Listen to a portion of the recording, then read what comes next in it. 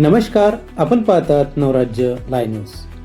अनुसूचित जात प्रमाणपत्र सुलभरित्या मिळावे याकरिता आज अन्यायग्रस्त आदिवासी टोकरेकोडी समाज महासंघाच्या वतीने जिल्हाधिकारी कार्यालयावर आंदोलन करण्यात आले। विविध मागण्यांचे निवेदन जिल्हाधिकारी यांना देण्यात आले। आंदोलन करताना मागण्या मान्य न झाल्यास तीव्र आंदोलन छेडण्याचा इशाराही महासंघाच्या वतीने देण्यात आला आहे। पहा काय आहेत महासंघाच्या मागण्या। आम्हाला एक इतिवृत्त दिलं होतं। त्या इतिवृत्तामध्ये स्पष्ट लिहिलेलं होतं की या आदिवासी कोळी जमातीला जातीचं प्रमाणपत्र, वैधता प्रमाणपत्र सुलभ रीतीने देण्यात येईल। त्यानंतर जसं सामाजिक न्याय विभागाचा रक्त नात्यातील संबंधातील जो GR आहे तसा GR आदिवासी विकास विभागाचा बी काढण्यात येईल। आणि जे समिती कार्यालय वैधता पडताळणी समिती कार्यालय धुळे येथे कार्यालय कार्यरत आहे ते कार्यालय 2 दिवस जळगाव येथे देखील कार्य करत राहील असे स्पष्ट आदेश हे झालेले होते। परंतु त्या संदर्भात आम्हाला ते GR ची अपेक्षा होती।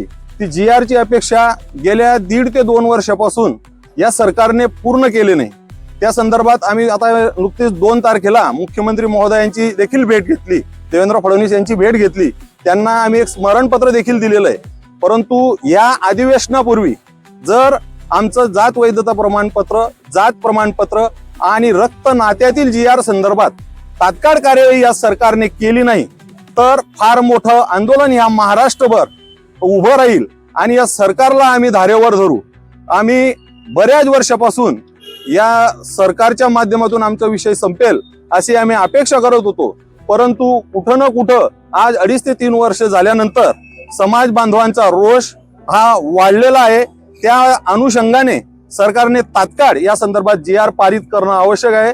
जर GR पारित केला नाही तर आज जसं पूर्ण महाराष्ट्रभर कोळी महासंघाच्या माध्यमातून जिल्हाधिकारी कार्यालयांवर मोर्चाचं आयोजन करण्यात आलेलं आहे आणि निवेदन सादर करण्यात येत आहेत। पूर्ण महाराष्ट्रभरात जिल्हाधिकारी कार्यालयासमोर हे धरणे आंदोलन आज सुरू आहेत।